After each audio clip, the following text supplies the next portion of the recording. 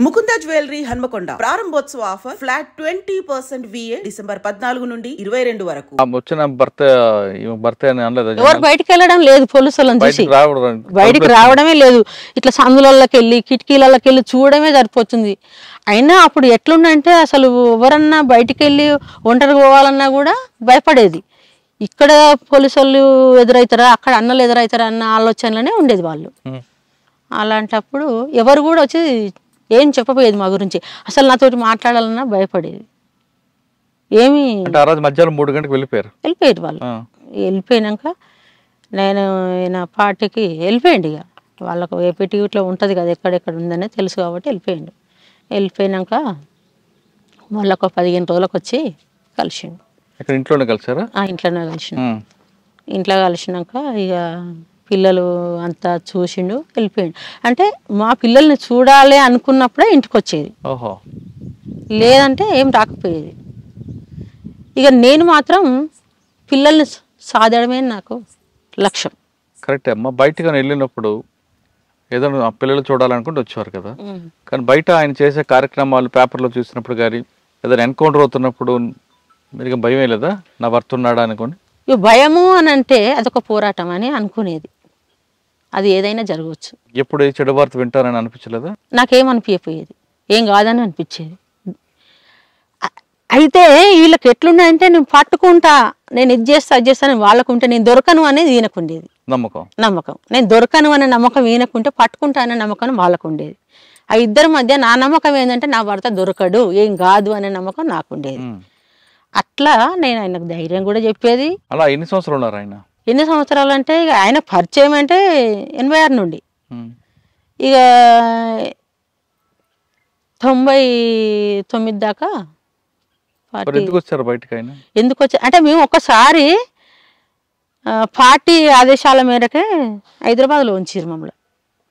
హైదరాబాద్లో ఉంచినప్పుడు మాకు ఒక ట్రాక్టర్ ఉండే. అప్పుడు ఆ ట్రాక్టర్ని కొంచెం ఒక చిన్న కంపెనీలో పెట్టి మేము అక్కడే ఉండేవాళ్ళం. ఎవరో ఇక మేము అక్కడ ఉన్నామని ఇన్ఫర్మేషన్ ఇచ్చారు. ఇన్ఫర్మేషన్ ఇచ్చినప్పుడు ఆనందరెడ్డి ఎస్ఐ అప్పుడు. అయితే నేను రోడ్డు మీదకి పోయి పిల్లలకి యాపిల్ పండ్లు తీసుకుందామని బయటికి వెళ్ళినప్పుడు ఆయన వచ్చి నన్ను గమనిస్తుండు. నేను మాత్రమే తెలుసు, తన తెలియదు కాబట్టి ఈయన లేడు, ఉండకపోయేది, నైట్ వచ్చేసేది. అయితే ఇక నేను మాత్రమే తెలుసు కాబట్టి వచ్చి నన్ను గమనిస్తుండు. నేను పోలీసు వాళ్ళని బాగా గుర్తుపట్టేది. గమనించినప్పుడు నేనేం చేసిన అంటే వాళ్ళని సరిగ్గా గమనియాలంటే నేను ఇంట్లోకి వచ్చేసిన, మా బాబుని తీసుకొని ఇంట్లోకి వచ్చేసి నేను కిటికీ సందులోకి వెళ్ళి చూసిన. నన్ను మా ఇంటిని గమనిస్తుండా, మమ్మల్ని గమనిస్తుండా లేదా అని చెప్పేసి చూస్తే మమ్మల్నే గమనిస్తుంది అనేది నాకు అర్థమైపోయింది. అర్థమైపోయి నేనేం చేసినంటే ఇక కంపల్సరీ దాడి జరుగుతుంది, ఈరోజు మా ఇంటికి వచ్చేస్తారనే నమ్మకం నాకు వచ్చేసింది. ఈయన వచ్చేసరికే నేను వంట చేసిన, పిల్లలకి అన్నం పెట్టేసిన, అంతా సర్దుకొని సిద్ధంగా ఉన్నా. ఇట్లా వచ్చిర్రు, ఇట్లా సంగతి ఖచ్చితంగా ఈరోజు మన ఇంటికి వస్తారు అని అంటే, లేదు నీకు అంత నమ్మకంగా ఎట్లా చెప్తున్నావు అంటే, లేదు తప్పకుండా వచ్చేస్తారనే ఆలోచనతో నేను తనకు చెప్పిన. అంటే రావడం చూడలేదు వాళ్ళు? చూడలే వాళ్ళు ఎప్పుడో వద్దామని వాళ్ళది, వాళ్ళు ఎప్పుడు వచ్చేది వాళ్ళకే తెలుసు కదా. మన ఆలోచనలో మనమున్నాం, ఎట్లా వస్తారనేది మనకు ఆలోచన తెలుసు కాబట్టి లేదు మనం ఈ నైట్ వెళ్ళిపోవాలి, ఖచ్చితంగా వస్తారని చెప్పేసి మేము 10 గంటలకు వెళ్ళినాం. 10 గంటలకు వెళ్ళినప్పుడు వాళ్ళు 12 గంటలకు వచ్చేసారు నైట్. చూశాక తాళం ఉందని చెప్పేసి అటు ఇటు పక్క వాళ్ళని అందరిని అడిగేసి ఎటు వేరు వీళ్ళంటే కాల్ చేసి వెళ్ళిపోయారని చెప్పారు. వెళ్ళిపోయినప్పుడు ఇక మేము అక్కడ వేరే దగ్గరికి వెళ్ళిపోయి అక్కడ ఉన్నాం, కొత్తపేట అని అక్కడ ఉన్నాం. మనకు తెలిసిన పరిచయస్తులు ఉంటే అక్కడ ఉన్నాం. అక్కడ కూడా పార్టీ ఆదేశాల మేరకే అక్కడనే ఉన్నాం.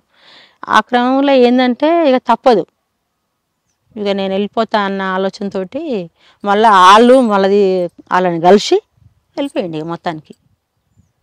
ఆ తర్వాత చాలా కష్టమైంది. ఇక ఇంటికాడ పిల్లల్ని చూసుకోవడం, పని చేసుకోవడం, పిల్లల్ని చదువుకోవడం, ఏంటంటే ఇక అన్ని రకాలుగా నేనే అక్కడ అత్తయ్యని చూసుకోవడం, ఆడపడుచుని చూసుకోవడం, వాళ్ళ మంచి చెడులు అన్ని రకాలుగా నేను పిల్లల్ని చదువుకోవడం. ఒకవైపు పోలీసుల వేధింపులు అంటే వేధింపులు అంటే మామూలుగా కాదు, 2 రోజులకు ఒకసారి ఇట్లా రావడం. స్టేషన్లు కాకపోతే అక్కడ ప్రెషర్లోళ్ళు ఇక స్టేషనే పడ్డది అక్కడ కాబట్టి, ఒరకుడిపల్లిలో ఉన్నారు కాబట్టి వాళ్ళు ఎప్పుడు అనుకుంటే అప్పుడు వచ్చేది. నేను పనికి పోవడానికి కూడా ఇట్లా స్టేషన్ ఉన్నప్పుడు నేను అట్లా పత్తేరడానికి ఒక రోజు పోయినా. పోతే ఎందుకు వచ్చినావు నువ్వు, ఏమిటికి వచ్చినావు, వాళ్ళ ఎందుకు వచ్చింది ఇక్కడికి వచ్చేసింది ఏంది, అసలు పనికే వచ్చిందా దేనికి వచ్చిందా అన్న ఆలోచన వాళ్ళకుండే. ఎందుకు వచ్చినావని నా దగ్గరకు వచ్చి అడిగారు. లేదు నేను ఇక్కడ పని చేయడానికి వచ్చిన, పత్తేరడానికే వచ్చిన, మరి మీరు చేసుకుంటున్నా నా పిల్లల్ని చదువుకోవాల్సి వస్తుంది కదా అని చెప్పేసి నేను మాట్లాడినప్పుడు మరి ఎలా కష్టపడ్డావమ్మా అప్పుడు? ఇదే పని, ఏ పని, కలుపు పని, వ్యవసాయం పని. ఆ వ్యవసాయం పనుల మీదనే పిల్లల్ని పోషించుకోవడం జరిగింది. మరి ఎందుకు వచ్చారు బయటకు? అయినా ఎందుకు వచ్చారు అంటే పిల్లలదే అనారోగ్యం. పిల్లలు అనారోగ్యం వల్లనే. ఎవరు? ఆయనకా? లేదు, పిల్లలకి. ఏమైంది పిల్లలకి? చిన్న బాబుకు కుక్క కడిచింది, పిచ్చి కుక్క కడిచింది. కడిచినప్పుడు ఏమైందంటే మా ఇంటి పక్కలనే ఒక అతనుకు ఒకప్పుడు ఒక 10 ఏళ్ల క్రితం కుక్క కడిచి చనిపోయింది ఆయన. ఈ కుక్క కడిచిన కుక్క కూడా చనిపోయింది. దానివల్ల నాకు చాలా భయం వేసింది. ఇక్కడ మోత్కూరు దగ్గర ఒక మురిపిరాలని ఉంటుంది, అక్కడికి పోతే ఏదో చెట్టు ఇస్తారు అది ఇది అని చెప్పేసారు. అక్కడికి పోవాలంటే అక్కడి దాకా బస్సు ఉంది, అక్కడి నుంచి అక్కడ లోపలికి 5 కిలోమీటర్లు ఏం లేదు.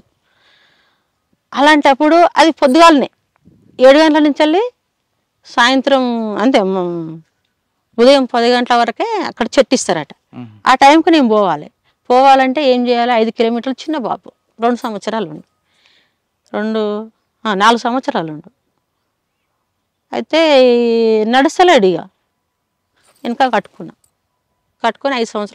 5 కిలోమీటర్లు నడుచుకుంటూ పోయినాక అక్కడికి పోయినాక వాళ్ళు ఏమన్నారంటే 3 రోజులు ఇక్కడే ఉండాలని చెప్పేసారు.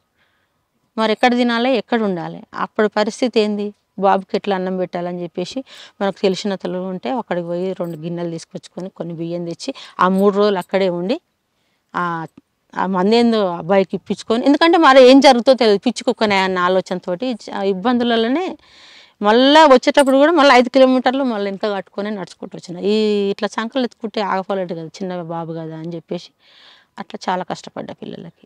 మీ భర్త అడవిలో ఉన్నప్పుడు శేషన్న వాళ్ళందరితో కలిసి పనిచేశారు, పెద్ద పెద్ద లీడర్లతో. అవును. వాళ్ళు ఎవరైనా ఎప్పుడు చూసారు మీకు? చూసారు. ఎక్కడ అంటే నేను అసలు ఫస్ట్ కిరణాన్ని కలవడం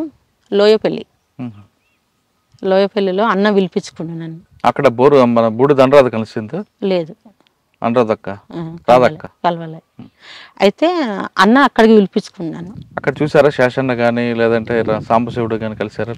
అందరు తెలుసు, వాళ్ళు తెలుసు. అన్న సాంబశివుడు అని అంటే సాంబశివుడు కూడా చాలా మంచి వ్యక్తిగా అన్న కలిసి మంచిగా ఉండేది. మేము సాంబశివుడు గురించి అని అంటే మేము బయటకు వచ్చేసినాక అన్న అక్కడే ఉన్నాక, అన్న లొంగిపోయినాక తెలంగాణ పార్టీలోకి వచ్చేసిండు, మేము కూడా తెలంగాణ పార్టీలోకి వచ్చేసినాం. మేము తెలంగాణ పార్టీలోకి రావడానికి కారణం కూడా ఏంది అని అంటే ఇక 60 ఏళ్ళ పోరాటం ఇది తెలంగాణ పార్టీ అన్న ఆలోచనతో మనకు మండల నాయకులే కానీ జిల్లా నాయకులే కానీ వచ్చి మీరు రావాలి, ఈ పార్టీలోకి రావాలి అన్న ఆలోచనతో వాళ్ళు అన్నప్పుడు ఇది కూడా ఒక న్యాయమైన పోరాటమే. 60 ఏళ్ళ నుంచి వెళ్ళి తెలంగాణ ఉద్యమాలు జరుగుతున్నాయి, ఎంతోమంది అమరులు అయ్యారు కదా, ఇలాంటి దానికి మనం పోరాటం చేయాలన్న ఆలోచనతో నేను ఆ పార్టీలోకి వెళ్ళిపోయినాం. మేము కూడా వెళ్ళిపోయి ఎంపీటీసీగా పోటీ చేసిన. ఎంపీటీసీగా పోటీ చేయాలంటే దానికి కారణం ఏంటంటే ఇక ఇదొక పార్టీ అన్నది అయిపోయింది అన్నట్టు,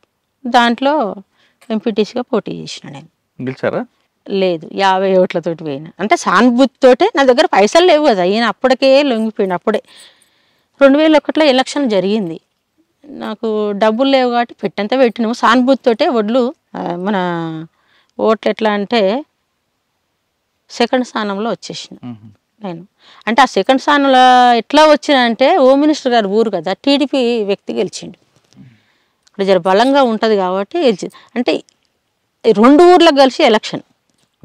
కాదు, మీరు బయటకు వచ్చేదాక పార్టీ ఇప్పుడు మళ్ళీ మీకు రమ్మని పిలవలేదా అన్నకు కానీ మీకు కానీ? బయటకు వచ్చేసినాక ఏం విలువలే కానీ ఏం జరుగుతుంది అనేది వాళ్ళు గమనించేది. ఏమన్నా మళ్ళీ ఇబ్బంది పెడుతున్నారు అన్నది. అంటే వాళ్ళ ఆదేశాల మేరకే మేము బయటకు వచ్చేసిండు. ఎందుకంటే పిల్లలకు అనారోగ్యం కారణమై ఇంట్లో ఇబ్బందులు జరుగుతున్నాయి. పార్టీ డబ్బులు ఎందుకు ఇస్తుంది? హాస్పిటల్ ఖర్చులు లేదు, ఎవరేమి ఇవ్వలేదు. మేమంతా గవర్నమెంట్ ఇచ్చిందా లొంగిపోయినప్పుడు? గవర్నమెంట్ ఇచ్చిందంటే రివార్డు ఏమి ఇవ్వలేదు మాకు. భూమి కూడా ఏమి ఇవ్వలేదు, ఏమి ఇవ్వలేదు. అంటే ఒక టెంట్ హౌస్ అనేది ఇచ్చిర్రు, ఇస్తే అది కొద్ది రోజులు నడిపించినాం. ఇక నడవలేదు ఊర్లో కదా, ఇక తీసేసేసిన. బయటకు వచ్చిన తర్వాత ప్రజలందరూ ఏమన్నారు? ప్రజలు అంటే ప్రజలకు ఈయనకు అసలు చాలా మంచి సంబంధాలు. ఎందుకంటే అన్నం పెట్టుకుని సాదుకున్న వ్యక్తులు వాళ్ళు. ప్రజలు చాలా ప్రేమగా ఇప్పటికి కూడా అన్నని చాలా ప్రేమగా చూస్తారు, ప్రేమగా మాట్లాడతారు, వచ్చి కలుస్తారు. ఈయన లొంగిపోయినాక ఒక 2 నెలలు 3 నెలలు వాళ్ళు చూసి పోవడానికే సరిపోయింది. ఎట్లుంటాడు ఏం కథ అని తెలియని వాళ్ళు, తెలిసిన వాళ్ళు అన్నను కలిసి వద్దామని కొంతమంది అట్లా ఒక 2-3 నెలలు వచ్చిపోయారు. బయటకు వచ్చిన తర్వాత మరి మీ కుటుంబ ఆర్థిక పరిస్థితి ఎలా ఉందాం? ఆర్థిక పరిస్థితి అంటే అప్పుడు ఆయన అన్నున్నప్పుడు వ్యవసాయం చేయనీయలే మమ్మల్ని. మా పొలం ఉన్నది కదా, అత్తమామ సంపాదించిందంతా పొలం కూడా ఏం చేయనీయలేదు. చేయనీయకపోయినా పర్వాలేదు, నేను పని చేసి నేను పిల్లల్ని పోషించుకుంటాను ధైర్యంతో ఏ పని అయినా చేసేది. అంటే అంత వ్యవసాయం పని, కలువు కోయడం కానీ ఇప్పుడు ఆడ ఏంది అని అంటే వరి పంట మనకు లేదు కదా, వరి కొయ్యబోయి ఆ ఒడ్లు తెచ్చి పట్టించి పిల్లలకు నేను పోషించుకునేది. కానీ మాజీలు అందరూ కూడా కొంతమంది దందాలు చేస్తుంటారు.